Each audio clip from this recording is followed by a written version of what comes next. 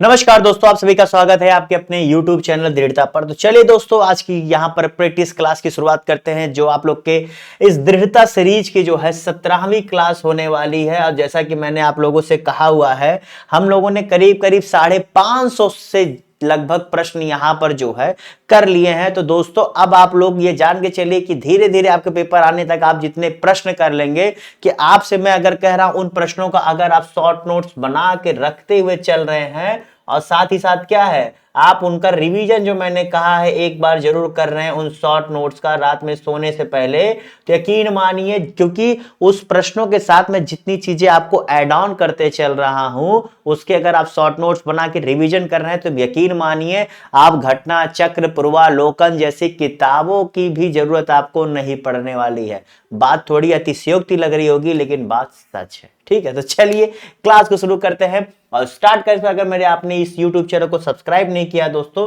तो जरूर से जरूर सब्सक्राइब कर दें। और बाकी यूपीपीसीएस हो चाहे आरओ हो, तैयारी चालू है। पहला प्रश्न है कि कोर मुद्रास्फीति को परिभाषित किया जाता है। जी भैया, यहां पर मुद्रास्फीति को ही अंग्रेजी में इन्फ्लेशन कहते हैं। कोर इन्फ्लेशन, देखिए इन्फ्लेशन में आप लोग अक्सर पढ़ते होंगे, कोर इन्फ्लेशन इतना रहा, हेडलाइन इन्फ्लेशन इतना रहा, रिटेल इन्फ्लेशन इतना रहा। रिटेल और हेडलाइन एक चीज है, कोर इन्फ्लेशन एक अलग चीज है। कोर इन्फ्लेशन और हेडलाइन इन्फ्लेशन में वही अंतर होगा जो इसका जवाब होगा। ठीक है, चलिए पहले आप इसका जवाब दीजिए कि इसमें क्या परिभाषित किया जाता है, आपको बताना है। और यहां पर डेली जो क्लासेस चलाई जा रही, देखिए एक यहां पर मुझे चीज समझ में नहीं आ रही। शाम को 6 बजे जो करंट अफेयर्स की क्लास चलाई जा रही है, आप में से बहुत से छात्र छात्राएं उसे देख नहीं रहे। तो भैया अगर आप उसे नहीं देख रहे हो, तो फिर मैंने आपसे कहा था, देखो मैं बता दे रहा हूं कि वो जो मैं करंट अफेयर्स की क्लासेस लेके आ रहा हूं ना, आप मुझे पता है बहुत सारे लोग किताब खरीद के पढ़ते हो। देखिए मैं ये कह रहा हूं कि वो वहां से मैं चुन करके लाता हूं, कि उससे आप बेसिकली आपके जो प्रीवियस ईयर क्वेश्चन पेपर आया है उससे मैटर करता है मेरा क्लास। मेरा क्लास इससे मैटर नहीं करता कि क्या बाजार में बिक रहा है, क्या बाजार में बेचा जा रहा है, और क्या विभिन्न यूट्यूब चैनल अपना परोस रहे हैं। मैं केवल प्रीवियस ईयर क्वेश्चन पेपर के आधार पे आपके लिए क्लास लेकर के आता हूं, इतना मुझे पता है। तो आप उन प्रश्नों को करिए, प्रीवियस ईयर क्वेश्चन पेपर देखिए। मैं कहता हूं किसी भी राज्य की अगर आप तैयारी करें, उस क्लास को देख के आप समझ सकते हैं। ठीक है, तो इसका जितने लोगों ने क्या डी जवाब दिया, क्या डी? जी भैया, जो आपका कोर इन्फ्लेशन होता है, इसमें जो आपकी क्या कहते हैं, फूड और फ्यूल। जी भैया, फूड और फ्यूल का जो इन्फ्लेशन होता है, उसे क्या करते हैं, टोटल इन्फ्लेशन से आपका क्या कर देते हैं, माइनस कर देते हैं। मतलब इस चीज को इग्नोर कर देते हैं ओवरऑल, और तब आपका जो आता है वो आपका क्या, कोर इन्फ्लेशन के अंतर्गत आता है, यानी कोर मुद्रास्फीति के अंतर्गत आती है। ठीक है, चलिए अगले प्रश्न की तरफ बढ़ते हैं। अगला प्रश्न है, भारत में औद्योगिक वृत्त के क्षेत्र में सर्वोच्च संस्था है। मतलब ओवरऑल इंडस्ट्रियल सर्कल में देखा जाए, ठीक है, जो इंडिया का इंडस्ट्री है, उस इंडस्ट्री अगर सर्कल में देखा जाए, तो कौन सी हाईएस्ट इंस्टीट्यूशन है जो इस इंडस्ट्रियल सेक्टर से रिलेटेड है? समझ गए? बताइए इसका सही जवाब क्या होगा। तो चलिए दोस्तों, बताइए इसका सही जवाब क्या होगा। तो जितने लोगों ने यहां पर इसका सही जवाब क्या दिया, जी भैया, जितने लोगों ने क्या, भारतीय औद्योगिक विकास बैंक, आईडीबीआई। आपको पता है आईडीबीआई अभी हाल ही में जो है एलआईसी ने इसमें अपना बहुत सारा जो है शेयर भी खरीदा है, उसकी हिस्सेदारी भी बढ़ाई गई है, और न्यूज में भी था, तो आपको पता होना चाहिए। अच्छा प्रश्न, देखिए स्टैटिक प्रश्न है, ठीक है, स्टैटिक प्रश्न है। और इसके साथ इसकी स्थापना कब हुई थी, ये बहुत बार पूछा गया। तो इसकी स्थापना कब हुई थी भैया, 1964 में इसकी स्थापना हुई थी। ठीक है, चलो अगले प्रश्न की तरफ बढ़ते हैं। क्लियर, अगले प्रश्न की तरफ बढ़ा जाए। इसका काम क्या होता है, जो आपके देश में इंडस्ट्रीज है उनको ये क्या करता है, उनको फाइनेंस करता है, उनकी मतलब इंडस्ट्रियल ग्रोथ के लिए। आपको पता है व्यापार अगर आप कर रहे हो, तो आपको पता है कि अपने व्यापार को आगे ले जाने के लिए मनी चाहिए। मनी कहां से आएगा, आपके पास तो इतना जल्दी आएगा नहीं, आप लोन लेते हो, तो ये उन सब चीजों को करता है इंडस्ट्री ग्रोथ के लिए। प्रोजेक्ट्स लगाने हो गए, किसी प्रोजेक्ट को बढ़ाना हो गया, या किसी काम के लोन हो गए, तो इन सारी चीजों का काम यही आईडीबीआई के द्वारा से। ये बड़े बड़े प्रोजेक्ट्स देता है, छोटे नहीं देखता है, जान के चलो। आईडीबीआई केवल बड़े प्रोजेक्ट्स देखता है, छोटे प्रोजेक्ट्स के लिए नहीं है। ठीक है, डॉक्टर स्वाति नायक ने 2023 का प्रतिष्ठित नॉर्मन बोरलॉग फील्ड पुरस्कार जीता है, वह किस राज्य से आती हैं? जी भैया, आप बताइए किस राज्य से आती हैं। ये जो आप पुरस्कार देख रहे हैं, ये कृषि क्षेत्र में अच्छा काम करने वालों को दिया जाता है, और 2023 में मिला है। नाम जानिएगा, डॉक्टर स्वाति नायक। इन्हें जो है क्या, बीज दीदी भी कहते थे। इन्हें जो है सीड सीड सिस्टर या सीड दीदी भी कहते थे, ठीक है, इन्हें आपके बारे में पता होना चाहिए। तो बताइए इसका सही जवाब क्या होगा, ठीक है। तो जितने लोगों ने यहां पर इसका सही जवाब क्या दिया है, सीड लेडी, ठीक है, सीड लेडी कहते थे और बिहाना दीदी कहते थे। यहां दो चीजों में मिक्स कर रहा था, बिहाना दीदी और सीड लेडी, ठीक है। दरअसल ये जिस राज्य से आती वहां सीड को कहते हैं, इसका सही जवाब ओडिशा, ठीक है, ओडिशा से हैं। और ये यहां पर इनको बिहाना दीदी या क्या सीड लेडी के नाम से भी जानते थे। इन्होंने ही जो ओडिशा में एक नई किस्म की चावल जो है डेवलप की थी, तो इसीलिए उनको नाम भी मिला था। उस चावल का नाम क्या था, अगर आपसे प्रश्न पूछा जाए तो निराश मत होइएगा, क्योंकि आप मेरी क्लास में है तो आपको बिल्कुल भी कुछ छूटेगा नहीं। क्या नाम था, सहभागी, जी भैया, सहभागी राइस उसका नाम था। क्या नाम था, सहभागी, SHAHBHAGI, ठीक है, BHAGI, सहभागी चावल उसका नाम था जिन्होंने डेवलप किया था। इनसे जरूरी सारी चीजें आपको इस प्रश्न के जरिए कनेक्ट करे, मतलब क्या डिटेल हो गई। चलिए सही कूट का चयन करिए, 1 2 3, आप प्रश्न पढ़िए, बताइए इसका सही जवाब क्या होगा। कहानी की राष्ट्रपति गवर्नर जितना आपसे पूछता है ना, उतना आप जो है इसके जरिए आप बता सकते हो। और देखो बहुत सारे लोग सोचते होंगे यार मैं एक चीज बता दूं, एक चीज मुझे, चाहे आप इस पॉइंट को आप कैसे लेंगे आई डोंट नो, अगर आप यूपी पीसीएस के प्रैक्टिस सेट को सॉल्व करने बैठ गए ना, तो यकीन मानिए अन्य राज्य के जो स्टूडेंट्स है जो पीसीएस देने जा रहे हैं, इससे ज्यादा अच्छा तो अभी तक किसी राज्य का आ नहीं रहा है, ठीक है। तो अगर आप यूपी पीसीएस का प्रैक्टिस सेट कर रहे हैं तो जान के चलिए आप किसी भी स्टेट के पीसीएस को देने के लिए तैयार हैं। मैं जीएस की बात कर रहा हूं, स्टेट स्पेसिफिक क्वेश्चंस के लिए थोड़ी सी मेहनत करनी पड़ती है, इस चीज से मैं मना नहीं कर सकता, क्योंकि आपके चाहे जो हो, बीएमपी हो, बिहार हो, सब पैसे स्टेट पूछ लेते हैं, उसी स्टेट में आपका ऊपर नीचे होता है। बाकी जो उसका अदर बेसिक जीएस जो पूछता है, आप इसे पढ़ रहे हैं तो किसी भी स्टेट में पेपर देने के लिए निश्चिंत रहे। तो जितने लोगों ने यहां पर इसका सही जवाब क्या दिया, जितने लोगों ने यहां पर इसका सही जवाब कह दिया, क्वेश्चन नंबर 554 का सही जवाब यहां पर क्या होगा, जी भैया सी होगा। जितने लोगों ने क्या सी 1 और 3 जवाब दिया वो सही कर ले। जी भैया, संसद के दोनों सदन विधानसभा विधान परिषद का नहीं होता है, दिल्ली और पुडुचेरी के निर्वाचित सदस्य। यहां पर ध्यान देना, यहां पर विधान परिषद अगर लिख रहा है तो कैंसिल कर दो, अगर कहीं भी नामांकित नाम आ रहा है माय डियर, नामांकित कैंसिल कर दो ना, केवल निर्वाचित सदस्य ही भाग लेते हैं, ठीक है, ये अपने दिमाग में बैठा लेना। अगला प्रश्न है, कौन सा मध्य एशियाई देश चीन के साथ अपनी सीमा साझा नहीं करता है। अरे यार चलो मैं भूल गया, क्या बताऊं, भूल गया, अरे मुझे मैप के जरिए दिखाना था। चलो कोई बात नहीं, आप लोग थोड़ा सा देख लीजिएगा, माफ करिएगा अब उसके लिए, वरना आपका समय ज्यादा चला जाएगा। तो चलिए जितने लोगों ने यहाँ पे इसका सही जवाब क्या दिया है, जितने लोगों ने यहाँ पर क्वेश्चन नंबर 555 का यहाँ पर सही जवाब ए दिया, उज्बेकिस्तान। जी भैया, उज्बेकिस्तान अगर आप दरअसल देखेंगे ना तो ये एकदम इस साइड, मतलब ये जान के चलिए, जैसे चीन की सीमा के साथ आपको पता है कि रशियन रिवॉल्यूशन के बाद ये सारे अलग हुए थे, ठीक है। तो उसके बाद जब ये अलग हुए थे तो इनकी सीमा देखोगे मंगोलिया, चीन, फिर इसके बाद यहाँ से बनती है। चीन की सीमा आपको पता है इधर भी काफी हद तक है, ठीक है। तो ये बाकी तीनों की बनती है, ठीक है, कजाकिस्तान, किर्गिस्तान और आपकी क्या तजाकिस्तान से बनती है, लेकिन उज्बेकिस्तान आपके जस्ट इधर है, ठीक है। अब मैं इधर बताऊंगा तो आप लोग को क्या पता लगेगा, बात तो सही है, सॉरी फॉर दिस। आप लोग से कहूंगा इसी बात पे क्लास खत्म होने के बाद लिख लो कि हमें मैप देखना है, इन चारों देशों की लोकेशन ट्रैक करनी है, कहां पर है। इंडिया से देख लो कहां पर है, चाइना से देख लो कहां पर है, आपका बहुत इंपॉर्टेंट हो जाएगा, क्योंकि जो भी चीज देखो इंडिया से जरूर देखो। निम्नलिखित में से कौन सा कारण है कि जो जेट विमान उड़ाने के लिए समताप मंडल जो एक आदर्श परत के रूप में दर्शाता है। चलिए जवाब जी, बहुत ही अच्छा प्रश्न है, समताप मंडल बताइए क्या होता है।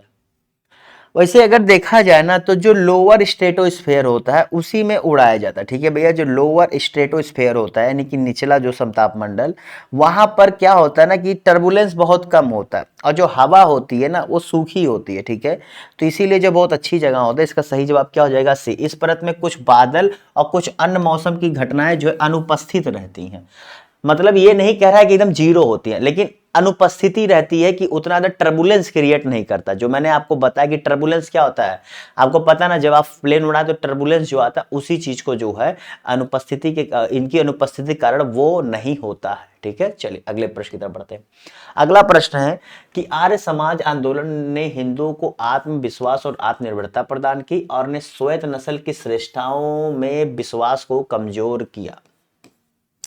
देखिए भैया, आर्य समाज जब आया था तो इसने जो है हिंदुज्म को एक अलग तरीके से लेकर के आया था, इसने हिंदुज्म को पढ़ाया था। ठीक है मेरे दोस्तों, Hinduism is different than Hindutva, ये दोनों चीजें बहुत अलग है। ठीक है, ये दोनों वर्ड्स को एक फिलॉसफी है, इन दोनों वर्ड्स में एक अपनी अलग अलग फिलॉसफी है। तो कभी हिंदुज्म और हिंदुत्व को एक मत समझना, एक चीज को आप समझ लेना। ठीक है, क्योंकि आप एक स्टूडेंट हो तो आपके सामने एथिक्स का पेपर आता है, नहीं आता तो जान लो आता है। ठीक है तो ये वहां पर काम आता है सब, हिंदुत्व और Hinduism it's a different thing. ठीक है, कभी एक चीज मत समझना, शायद मैंने 3 बार बोल दिया, कोई बात नहीं, लेकिन बोलना पड़ा।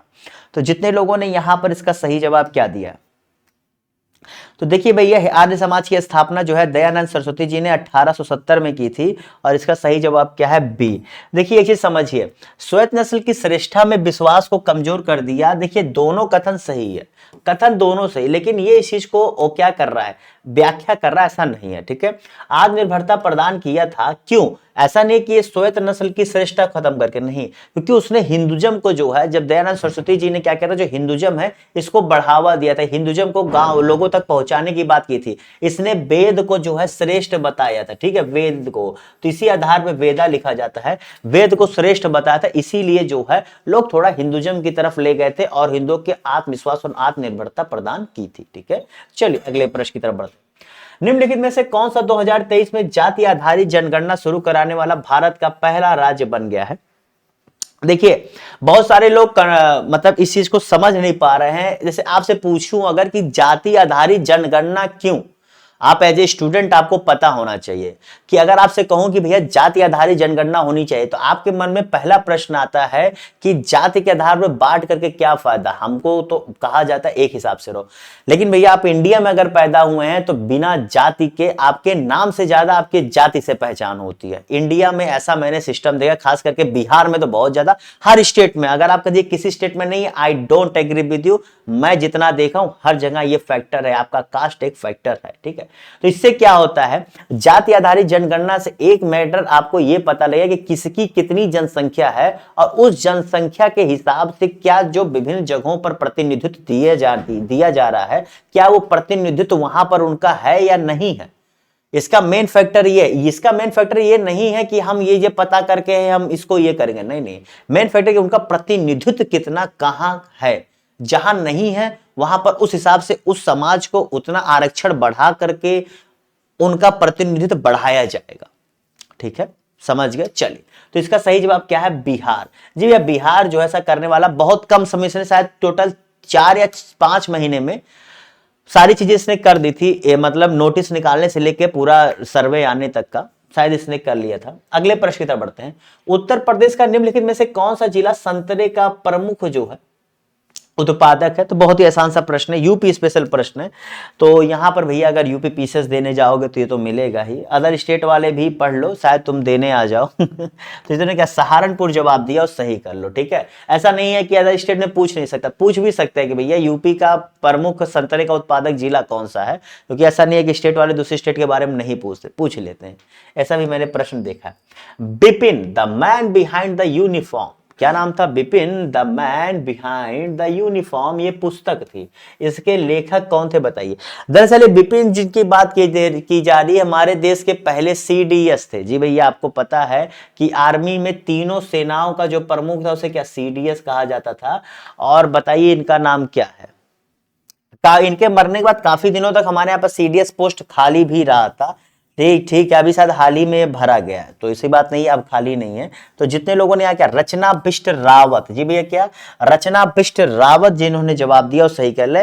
ये बेसिकली जो है एक राइटर हैं और एक पत्रकार हैं शायद, और इनका शायद ऐसा मैंने कोई रिलेशन तो नहीं पाया है बिपिन जी से, तो मुझे इतना ही पता है इनके बारे में। अगर आपको कोई रिलेशन पता लगा हो तो अच्छी बात है।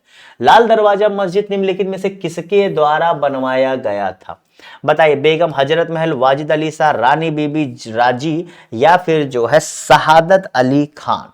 नाम आपको तो सुनना ही पड़ा ही होगा कि भैया लाल दरवाजे को ही क्या कहते हैं, खूनी दरवाजा भी कहते हैं, क्योंकि भैया यहीं पर क्या हुआ था ना, 1857 की जो क्रांति हुई थी उसी दौरान जो है मुगल शासक के दो उनके बेटों को और उनके एक पोते को जो है वहां पर जो अंग्रेज के गवर्नर जनरल थे उन्होंने मार दिया था 1857 क्रांति के दौरान, तो इसीलिए उसे खूनी दरवाजा भी कहते हैं। और ये आपके जौनपुर में स्थित है। इसे बनाया था आपके रानी बीबी राजी जी ने बनाया था। ये किसकी पत्नी थी, अगर पूछा जाए कि भैया ये किसकी पत्नी थी, तो ये भैया सुल्तान महमूद शाह सरकी, क्या नाम है, महमूद शाह सरकी की पत्नी थी। और इसका निर्माण कब हुआ था, तो 1455 में इसका निर्माण हुआ था। इससे ज्यादा कुछ जानने की जरूरत नहीं है, क्योंकि जितना मैंने बता दिया एक प्रश्न में, इससे ज्यादा नहीं आपको जानने की जरूरत, ठीक है, क्योंकि रोज पढ़ना है ना, तो रोज सीखते चलते हैं।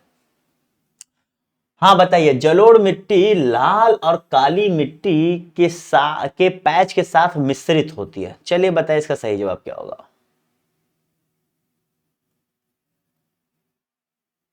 मतलब उस एरिया का नाम बताइए, वो एरिया कौन सा है जहां पर जलोढ़ मिट्टी जो होती है वो क्या करती है, लाल और काली मिट्टी के साथ जो है आकर के पैच के साथ मिश्रित होता है, तीनों का मिक्सअप होता जाता है। तो जितने लोगों ने यहां पर इसका सही जवाब क्या दिया, थोड़ा सा दिमाग लगाते तो जवाब था भैया ए, क्योंकि यही वो एरिया है जहां पर लाल और काली मिट्टी के पाए जाते हैं। और भैया यहीं तो आकर के फिर तीनों मिट्टियों का पैच बनेगा, क्योंकि आपके तराई क्षेत्र में तो आपको काली मिट्टी मिलेगी नहीं, ठीक है, लाल मिट्टी तो बिल्कुल नहीं मिलेगी। गंगा के मैदानी क्षेत्र में टोटल जलोढ़ मिट्टी है, जो दो प्रकार की होती है उसे छोड़ दो। अब यही वो एरिया बचा जाए, इनमें से कोई नहीं, इसका जवाब था ही नहीं, इसे कंफ्यूज करने के लिए डाला जाता है। अगले प्रश्न की तरफ बढ़िए। कालाजार निम्न में से किस प्रोटोजोआ परजीवी के कारण होने वाली एक धीमी प्रगति वाली स्थानीय बीमारी है। जी भैया ये तो मानूंगा, मतलब इसी को काला बुखार कहते हैं, काला जार को ही काला बुखार कहते हैं। आपको पता नहीं पता था या नहीं था, ठीक है, काला बुखार इसी को कहते हैं, ठीक है, क्योंकि इसके जो इसे काला बुखार इसलिए कहते हैं कि आपकी बॉडी में जो इसके सिम्टम आने लगते हैं, आपकी बॉडी काली होने लगती है, ठीक है। तो वही है, आप कहोगे सर जो काला है उनके, तो भैया मतलब कुछ ऐसे सिम्टम होंगे जो आपकी बॉडी को ब्लैक टाइप में आपके बॉडी पर से क्या नाम है, रैसेज होने लगेंगे, ठीक है। तो यहां पर बताइए इसका सही जवाब क्या है। दरअसल इसका सही जवाब है लिस्मेनिया डोनोवानी। जी भैया, लिस्मेनिया डोनोवानी की जो है ये समूह के होते हैं। और इनमें एक चीज आपको स्पष्ट रूप से समझने की जरूरत है कि ये जो ह्यूमंस में आते हैं, दरअसल ये जो महिला इन्फेक्टेड सैंड फ्लाई, आप जानते हो एक मच्छर होता है सैंड फ्लाई, सैंड फ्लाई की जो फीमेल आपके में होती हैं, वो जो है ह्यूमंस को जब बाइट करती हैं, तो उस बाइट करने का यानी काटती हैं, उसके कारण ये जो है ट्रांसमिट होता है, यानी कि स्थानांतरण होता है, ठीक है, सैंड फ्लाई से होता है, ये भी आपको पता होना चाहिए। तो चलिए दोस्तों अब अगले प्रश्न की तरफ बढ़ते हैं। अगला प्रश्न है 2011 की जनगणना के अनुसार भारत के किस केंद्र शासित प्रदेश में सबसे अधिक साक्षरता दर रही। चलो बताओ भैया, इन चारों का आपको पता होना चाहिए, अगर आपको नहीं पता तो ये भी आपको बता दूंगा कि 2011 के सेंसस के अनुसार कितनी रही। वैसे सही बताओ तो अब तक तो 2021 का आ जाना चाहिए था, क्योंकि आज हम 2024 में खड़े हैं भैया, 2024 में खड़े हैं, ठीक है, लेकिन नहीं आया, क्या करें। देखिए डाटा जो होते हैं ना, डाटा वास्तव में क्यों जरूरी होते हैं, क्योंकि आप प्रैक्टिस पेपर करके मॉक टेस्ट देके क्या हासिल करते हो, बस वही जान के चलो कि डाटा का वही काम है। जब आप मॉक टेस्ट देते हो तो आप क्या देखते हो कि मेरा इस सब्जेक्ट में अच्छा है, मेरा ये अच्छा हुआ, मेरा वो खराब हुआ, आप अपने आप को एनालाइज करते हो ना। वैसे ये डाटा आपके पूरे देश को एनालाइज करता है कि वास्तव में क्या हुआ, कैसे। वैसे 2010 से 2011 का पता लगा कि हाँ ये 1 से 11 के बीच में कितनी चीजें हुई, हमें सारी चीजें पता लगी। तो 11 से 21 का भी जरूरी था, इतना लेट तक तो इसका संशोधित जनसंख्या गणना आ जानी चाहिए थी, ठीक है, 2022-23 तक। अरे कितना भी कोरोना है लेकिन अब तक आ जाना चाहिए था, क्योंकि 2024 में खड़े। तो जितने लोगों ने यहां पे इसका सही जवाब किया, लक्षद्वीप जवाब दिया है, वो सही कर ले। देखिए यहां पर आप लोग को बताता हूं कि क्या है, लक्षद्वीप का आपका 91.8% था, ठीक है। पुडुचेरी का आपका कितना था पुडुचेरी का आपका था 85.8%, कितना 85.8% आपका था, ठीक है। वहीं आपका फिर क्या था, अंडमान निकोबार का 86, कितना था 86.6 था, 86.6 था। और चंडीगढ़ का कितना था, होमवर्क दे दूं कि बता दूं, चलो बता देता हूं, 86% था, 0.05 था, लेकिन 0.05 क्या करो तो 86.6, 86.0 और आपका क्या है 85.8 और 91.80 आपका, इन चारों का लिख लिए, मैंने बोल दिया, पता नहीं लिखते हुए कि मैं ओवरलैप हो रहा है, चलो ठीक है कोई नहीं। बताओ भारत उत्तर प्रदेश की कुल जनसंख्या में अनुसूचित जाति का प्रतिशत कितना था। अच्छा आपको ये पता है कि यूपी की कुल जनसंख्या कितनी थी, 2011 की जनगणना के अनुसार यूपी की कुल जनसंख्या कितनी थी, ये आपको पता है? बताइए, कमेंट में बताइए क्या होगा। देखो यूपी की कुल जनसंख्या अगर मैं पूछूं तो कितनी थी, 19,98,12,341। क्या? 19,98,12,341। ठीक है, ये यूपी की कुल जनसंख्या थी। और इसका कितना प्रतिशत जो है इनका था, जितने लोगों ने यहाँ पे इसका सही जवाब क्या दिया, 20.69। कहीं पर 20.7 भी लिखा मिलेगा तो इसमें कंफ्यूज मत होना, मतलब एक दूसरे को बस जान के चलो यही उसका हो। ठीक है, समझ गए? चलो अगले प्रश्न की तरफ बढ़ा जाए। अगला प्रश्न है यहाँ पर, अब भैया क्लास अगर इतनी मेहनत से पढ़ा रहा हूँ, इतना डिटेल बता रहा हूँ, तो लाइक अगर नहीं किया तो कर देना। ठीक है, और अगर क्लास अच्छी लगी तो सब्सक्राइब बटन तुरंत कर दो, क्योंकि चलो ठीक है, इसमें तो आपका मुश्किल से 1 सेकंड लगता है कि यूं क्लिक किया यूं सब्सक्राइब हो गया। बताओ, भारतीय अर्थव्यवस्था के संदर्भ में ओपन मार्केट ऑपरेशन, जी भैया ओपीओ इसे कहते हैं। इसे क्या कहते हैं? ओपीओ। ये क्या होता है? शॉर्ट फॉर्म में ओपीओ होता है। पूछा जाता है इसका फुल फॉर्म क्या है, तो इसका फुल फॉर्म है ओपन मार्केट ऑपरेशन। ठीक है, ये क्या बताता है? ओपन मार्केट ऑपरेशन आपको क्या बताता है, यही आपका प्रश्न है। तो बताए इसका सही जवाब क्या होगा? चलिए बताए इसका सही जवाब क्या होगा। इसीलिए मैं हट जाता हूं कोने में, क्योंकि प्रश्न दिखना चाहिए, वरना आप लोग कहोगे। तो देखो भैया, जितने लोगों ने यहां पर इसका सही जवाब क्या दिया है, तो जितने लोगों ने यहां पर इसका सही जवाब क्या दिया है, सी। आरबीआई द्वारा जो सरकारी प्रतिभूतियों की खरीद बिक्री, क्या होता है ओपन मार्केट ऑपरेशन में? क्या होता है, जो गवर्नमेंट सिक्योरिटीज होती हैं उनको खरीदा जाता है या बेचा जाता है। ठीक है, जैसे आपने खरीदा है, आपका टाइम पीरियड है, पूरा हो गया तो आप बेच रहे हैं, और अगर आप नए हैं, खरीदने आए हैं, तो आप खरीद रहे हैं। यही होता है। क्या होता है, वहां पर गवर्नमेंट सिक्योरिटीज और बॉन्ड्स जो है खरीद बिक्री की जाती है। ठीक है, क्लियर? हिंदी तो पढ़ ही लिए थे, अंग्रेजी मैं बता देता हूं, इससे ज्यादा अंडरस्टैंडिंग क्या बनाओगे। ठीक है, क्योंकि आपको पता है पेपर में बाइलिंगुअल आता है, तो मैं यहाँ पर बाइलिंगुअल पढ़ाने की कोशिश करता हूँ, कि कुछ हिंदी के शब्द कठिन होते हैं तो उनको अंग्रेजी से आसान बनाया जाता है, जिसकी उम्मीद आप पेपर में करते तो क्लास में क्यों ना करें। मेरा काम है वो आपको पूरा करना। चलिए, बायोम का यहाँ पर सबसे अच्छा पूछ रहा है, वर्णन है। ठीक है, बताइए। और फिर कह रहा हूं भैया, शाम को जो 6 बजे क्लास चलती है ना करंट अफेयर्स की, उसे देखो। वो ऐसा नहीं कि केवल करंट अफेयर्स चलेगी, वहां करंट अफेयर्स भी चलेगी, पॉलिटी भी चलेगी। इसके बाद जो है आप लोग का, मेरा लक्ष्य है साइंस चलाने का। ठीक है, पॉलिटी के बाद साइंस चलाने का। तो ये सारी क्लासेज आप लोग को वहां पर देखने को मिलेगी, तो इसके लिए आप लोग शाम को 6 बजे वाली क्लास भी देखिए। तो जितने लोगों ने यहां पर इसका सही जवाब क्या दिया, अब समझिए बायोम है क्या। बायोम बेसिकली क्या होता है ना, देखिए 5 तरह के तो ओवरऑल देखा जाए बायोम में, अगर पूछा जाए बायोम कुल कितने हैं, तो 5 टाइप है। कितने? 5। अब 5 टाइप के बायोम में आप लोगों को पता है, इसे एक आपका हो गया क्या, एक्वाटिक, यानी कि जो जल से संबंधित है।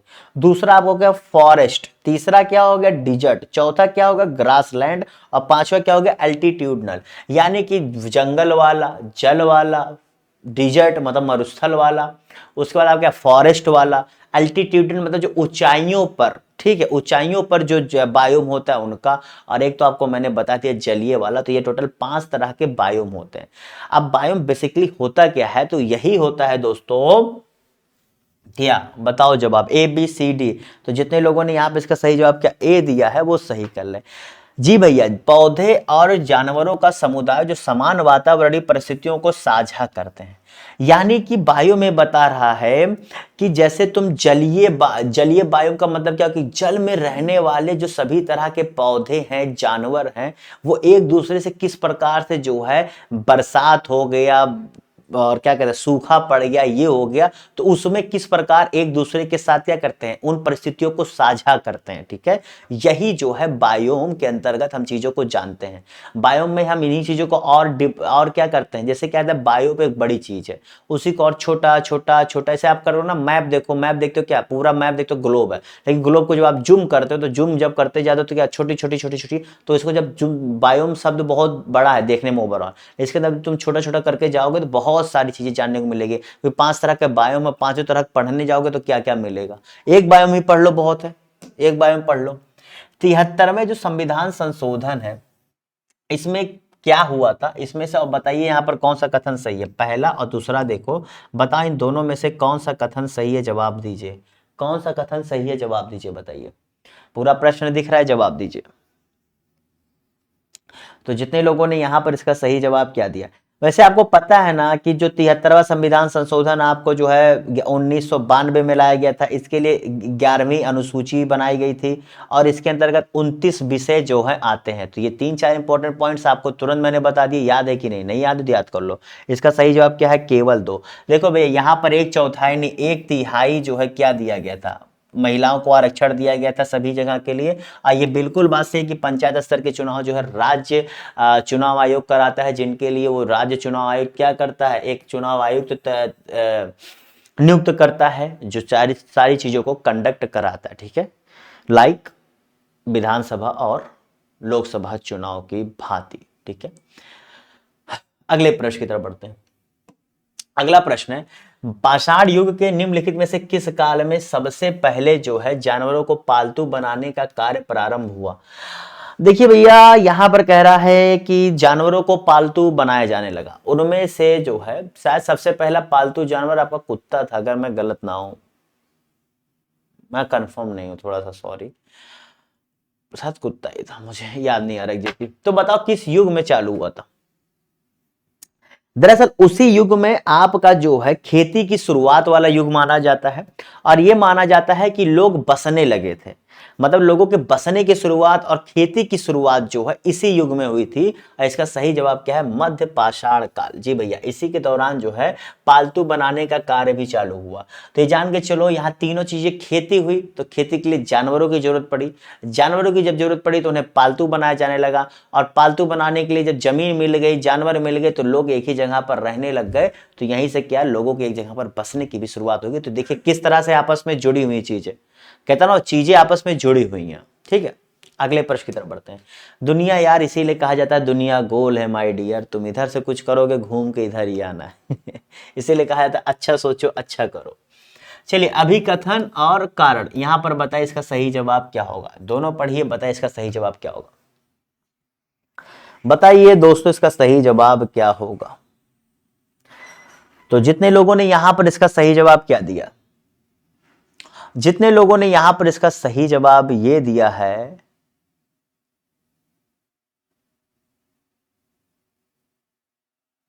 देखिए आप अगर इस प्रश्न के जवाब को सुनेंगे थोड़ा कंफ्यूज होंगे, लेकिन ट्राई टू अंडरस्टैंड से डाइजेस्ट करिएगा। इसका सही जवाब बी है। आप यहां पर देखिए दूसरा भी सही है, केवल बंगाल की खाड़ी में जो है उत्पत्ति होती है। आप कहोगे सर पश्चिमी तट पर भी तो साइक्लोन आता है बहुत। अब देखो क्या हो रहा है ना, दरअसल ये चीजें अभी रिसेंटली हो रही हैं। अगर आप सिलेबस देखोगे तो सिलेबस एक दिन में नहीं बनता। ठीक है, सिलेबस आपका 10 कुछ साल पहले बना हुआ, उसमें अभी ये रिसेंटली जो ग्लोबल वार्मिंग बढ़ रही है इसी वजह से जो हमारा पश्चिमी तट है ये भी बहुत गर्म हो रहा है। देखो बंगाल की खाड़ी में तुम क्या देखोगे, जैसे हमारा इंडिया है, ठीक है, और यहाँ बंगाल खाड़ी के बाद यहाँ तुम देखोगे ऐसे कई देश हैं, ठीक है, ऐसे करके। तो यहाँ पर स्पेस छोटा है, इसी वजह से यहाँ पर जो है क्या है ये जल जल्दी गर्म हो जाते हैं कंपेयर टू इस साइड, क्योंकि यहाँ पर जल का स्पेस बड़ा है। तो यहाँ पर क्या होता है तुम्हारी जल्दी गर्म होने की वजह से यहाँ चक्रवात ज्यादा आते हैं, ठीक है, कंपेयर टू दिस साइड। लेकिन अब ग्लोबल वार्मिंग वजह से क्या हो रहा है, इधर भी अच्छे खासे चक्रवात आ रहे हैं और इंटेंसिव हो रहे हैं। इंटेंसिव माने क्या है, उनकी क्षमता अच्छी हो रही है। और इंटेंस इन्हें कहां से मिलता है, उसकी जो क्षमता में बढ़ोतरी कैसे होती है, जब वहां का जल में जितना ज्यादा गर्म होगा। आपको तो चक्रवात बनने की प्रक्रिया पता होगी ना कि फोकल लेंथ होता है, सॉरी फोकल लेंथ होता है, आई होता है, आई से क्रिएट होकर उसके चारों तरफ बनती हैं फिर आगे बढ़ती चली जाती हैं, ठीक है। तो वो जो सिचुएशन आप देख रहे हैं वो उसके लिए बहुत बड़ी जरूरत है कि वहां पर क्या हो, गर्म पानी हो, बहुत ज्यादा, जितना गर्म होगा पानी उतना ही ज्यादा क्या इंटेंस वहां पर चक्रवात आएगा, ठीक है। लेकिन अब क्या हो रहा है, इधर भी हो रहा है। लेकिन हम सिलेबस के हिसाब जो चीजें देखेंगे तो 20 का सही जवाब कि ये भी सत्य है ये भी सत्य है, और इसकी सही व्याख्या भी नहीं कर रहा कि ऐसा नहीं कि केवल बंगाल खाड़ी में आते इसीलिए जो है ज्यादा होता, नहीं, आते इधर भी हैं, लेकिन उसका अपना रीजन है क्योंकि यहां पर स्पेस कम है, ठीक है। अगले प्रश्न की तरफ बढ़ते हैं। यहाँ का जल जल्दी गर्म होता है। निम्नलिखित में से किस एक आंदोलन के दौरान पश्चिमी कबालियों ने गांधी जी को मलंग बाबा की उपाधि दी थी? जी भैया, कबालियों ने गांधी जी को जो है मलंग बाबा की उपाधि दी थी। आपको पता है कि इन्हें विलियम जो चर्चिल थे उन्होंने इन्हें क्या सेडिशियस आपको सेंट कहा था, ठीक है, सेडिशियस सेंट, यानी कि सेडिशियस माने होता है देशद्रोही, देशद्रोही संत। जी भैया, सेडिशियस सेंट, इसे इन्हें कहा था। बाकी आपको पता ही है, इन्हें किसी ने महात्मा की उपाधि दी थी, किसी ने क्या राष्ट्रपिता की उपाधि दी थी, कई उपाधि थी। तो मलंग बाबा की उपाधि इन्हें जो है सविनय अवज्ञा आंदोलन के दौरान मिली थी। ये उपाधि उन्हें जो 1930 में दी गई थी, 1930 के दौरान। और आपको सविनय अवज्ञा आंदोलन क्यों हुआ था इसको तो पता ही होगा ना। चलो अगले प्रश्न की तरफ बढ़ते हैं। वायसराय वेवेल द्वारा वर्ष 1945 में जो भैया क्या था आयोजित शिमला सम्मेलन था, इसमें कांग्रेस के प्रतिनिधित्व जो है किसने किया था?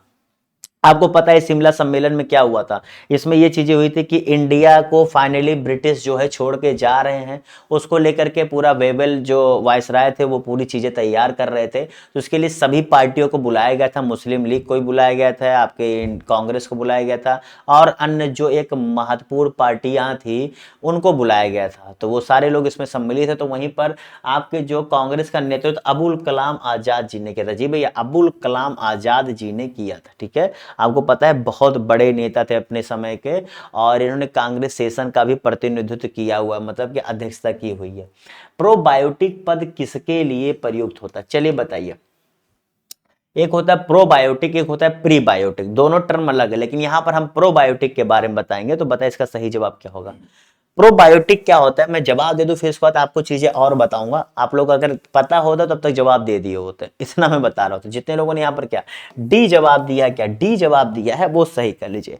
देखिए प्रोबायोटिक होता क्या है कि इनमें जो है जो आप भोजन लेते हैं या सप्लीमेंट लेते हैं, उनमें जो जीवित माइक्रो ऑर्गेनिज्म होते हैं वो क्या करते हैं, आपकी बॉडी में जो अच्छी बैक्टीरिया होती है उन्हें क्या करते हैं, बढ़ाते हैं। तो इसीलिए क्या इन्हें प्रोबायोटिक कहा जाता है। ठीक है, मतलब आपकी बॉडी में क्या करते हैं, अच्छी बैक्टीरिया को बढ़ाते हैं या उसे मेंटेन करते हैं या इंप्रूव करते हैं, जिससे आपका क्या होता है, बॉडी स्वस्थ होता है। तो एक पॉजिटिव चीज है। ठीक है, निम्नलिखित जनजातियों में से कौन सा एक जो है पमीर पठार के क्षेत्रों में निवास करती है? बताइए। खिरगिज, बोअर, युकागिर, माओरी, इन चारों में से बताइए इसका सही जवाब क्या होगा? तो बहुत ही आसान सा प्रश्न, तुमने क्या खिरगिज जवाब दिया, सही कर ले। देखिए भैया एक घुमक्कड़ जनजाति होती हैं और ये जो आपके पमीर पठार पर निवास करती है, ये बेसिकली तुर्की भाषा बोलती है। कौन सा? तुर्की भाषा बोलती हैं। और ये जो है खिरगिज वेशभूषा, इनका अपना एक अलग वेशभूषा भी होता है। ठीक है, अगले प्रश्न की तरफ बढ़ते हैं। कौन सा जो है यहाँ पर पूछ रहा है कि पूर्ववर्ती नदियां, यहाँ पर पूछ रहा है पूर्ववर्ती नदियां कौन सी हैं, जवाब दीजिए। यहाँ पूछ रहा है कि आपसे पूर्ववर्ती नदियां मतलब जो पूरब की तरफ बहती है, आपके पूरब की तरफ जो बहती हैं, बताओ इसका सही जवाब क्या होगा?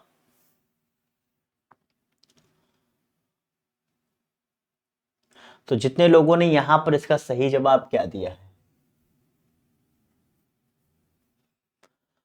तो जितने लोगों ने यहां पर इसका सही जवाब क्या दिया है, 1 2 3, जी भैया 1 2 3 जितने लोगों ने जवाब दिया है वो सही कर ले। चलिए भैया अगले प्रश्न की तरफ बढ़ते हैं। अगला प्रश्न है, स्फिंक्टर नामक कपाट मानव शरीर में निम्नलिखित में से कहां पाया जाता है? ठीक है, निम्नलिखित में से कहां पाया जाता है? चलिए जवाब दीजिए।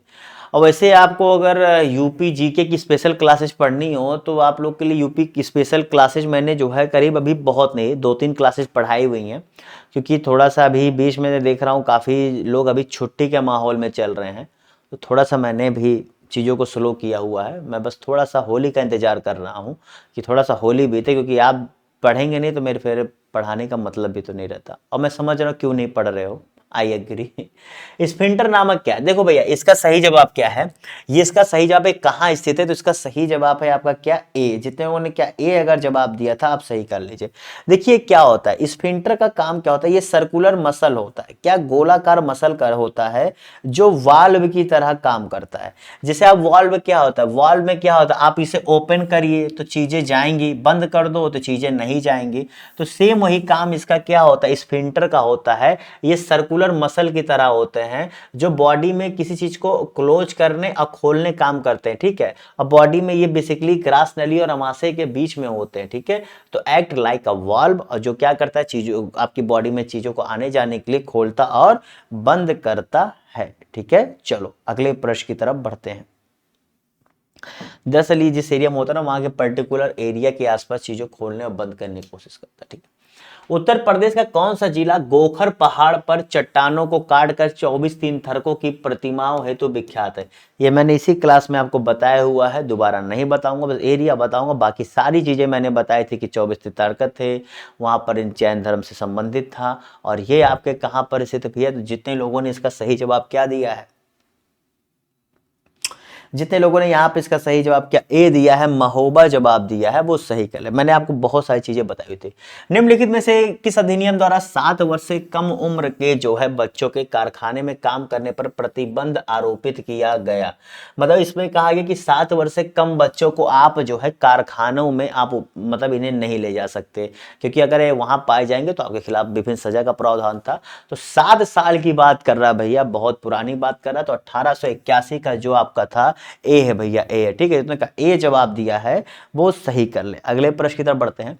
हाल ही में G20 शिखर में भारत मंडपम नटराज स्थापित प्रतिमा का क्या महत्व है? भारत मंडपम नटराज स्थापित प्रतिमा का महत्व क्या है, बताओ। इन चारों में से कोई एक ही महत्व बताइए। दरअसल पहले जो भारत मंडपम देख रहे हैं ना, ऐसा नहीं कि नया बना था, वो एरिया था, उस एरिया को नया नाम दे दिया गया है, ठीक है। G20 के दौरान उसको एक नया नाम दे दिया गया है। ये नई दिल्ली में पहले भी था वो एरिया, ठीक है। उससे शायद प्रगति मैदान एरिया में स्थित है। अब उसको क्या भारत मंडपम नाम दे दिया गया, ठीक है। तो बताइए क्या होगा? हमारे इंडिया में नामकरण बहुत ज्यादा हुआ है, तो आपको पता ही है। तो विश्व की सबसे बड़ी कांस्य प्रतिमा सबसे ऊंची है, सबसे ये है? नहीं नहीं नहीं नहीं नहीं नहीं। चलो, तो जितने लोगों ने यहाँ पर इसका सही जवाब क्या दिया, जितने लोगों ने यहाँ पर इसका सही जवाब क्या, यह दुनिया की सबसे ऊंची नटराज प्रतिमा है, जवाब दिया वो सही कर ले। तो चलिए दोस्तों, आज के आखिरी प्रश्न की तरफ बढ़ते हैं। बताइए, और इसी के साथ इस क्लास को समाप्त करेंगे। और फिर बता रहा हूं भैया, शाम को जो 6 बजे क्लास चलती है, जरूर से जरूर देखा करें। मेरी कोशिश है आप लोगों को पढ़ाने की, बस आपकी कोशिश होनी चाहिए पढ़ने की। क्योंकि अगर अपनी कोशिश को आप अगर कम करोगे तो सबसे बड़ी दिक्कत है, आप खुद की कोशिशों से खुद को निराश नहीं करोगे, आप अपने साथ अपने परिवार को निराश करोगे, अपने आसपास को निराश करोगे। तो क्यों सबको निराश करना? पढ़ते रहो यार, समय अच्छा मिला है, अच्छा काम करो। क्यों निराशा का माहौल पैदा कर रहे हो? पढ़ो पढ़ो और पढ़ो। 24 घंटे में तुम, मैं कहता तो हूँ 8 घंटा अगर डेली ईमानदारी से पढ़ लो ना, कोई एग्जाम हार्ड नहीं है। बस पेपर टाइम में 1 महीना और अच्छे से, पेपर टाइम में 10-11 घंटे कर लो और डेली 8 घंटा कर लो, कोई एग्जाम हार्ड नहीं है। लेकिन ईमानदारी से, किताब खोल के बगल में मोबाइल खोल के कोई फायदा नहीं है। चलिए जवाब दीजिए इसका। तो यहां पर मत्स्य 6000 के बारे में पूछ रहा है, कौन सा कथन सही है भैया? तो जितने लोगों ने इस प्रश्न का सही जवाब क्या दिया, चलिए थोड़ा सा एक बार पढ़ लीजिए फिर से, और फिर मैं इसका सही जवाब बताता हूं। दरअसल मत्स्य जो 6000 है, ये एक पनडुब्बी है, ठीक है। ये एक पनडुब्बी है। इसको जो है आपके बंगाल की खाड़ी में जो है छोड़ा गया है। दरअसल आपके भारत में एक समुद्रयान प्रोजेक्ट चलाया जा रहा है। क्या नाम है? समुद्रयान प्रोजेक्ट चलाया जा रहा है। जिसका लक्ष्य क्या है? जिसका लक्ष्य है, जो आपके समुद्रयान प्रोजेक्ट का अंदर का लक्ष्य यह है कि हम जाकर के इसके क्या, जो आपके पृथ्वी के नीचे, सॉरी, समुद्र की सतहों का अध्ययन करेंगे, ठीक है। तो ये क्या है, 6000 मीटर नीचे उतरेगी। इतना सब बताने के बाद मैं आपको समझ रहा हूँ कि डी इसका सही जवाब, क्योंकि मैंने काफी कुछ बता दिया। और ये जब इसमें जा रहे हैं, इसमें 3 लोग, कितने, 3 आदमी जो है इसमें बैठ के जा सकेंगे, ठीक है। समझ गए? तो उम्मीद करता हूं क्लास अच्छी लगी होगी। अच्छी लगी है तो लाइक कर दीजिए, और लाइक करने के साथ कमेंट करके बताइए क्लास कैसे लगी। और जाने से पहले दोस्तों, अगर अभी तक सब्सक्राइब नहीं किया तो जरूर से जरूर सब्सक्राइब करो, क्योंकि ऐसा आज नहीं हो रहा, ऐसा हर क्लास में होता है। हर सब्जेक्ट की क्लास मिलेगी, चाहे आप जिस राज्य से होंगे उसके हिसाब से मिलेगी। और फिर कह रहा हूं, कोई भी स्टेट में जाना हो, ये पढ़ते रहो, कोई भी स्टेट एग्जाम दिक्कत नहीं करेगा। बस एक स्टेट स्पेसिफिक के लिए थोड़ी सी अलग मेहनत तो आपको करनी ही पड़ेगी। तो चलिए दोस्तों, इसी के साथ आप सभी से विदा लेता हूं, फिर मिलूंगा आप सभी से। तब तक के लिए goodbye, have a good day, bye bye, tata, see you.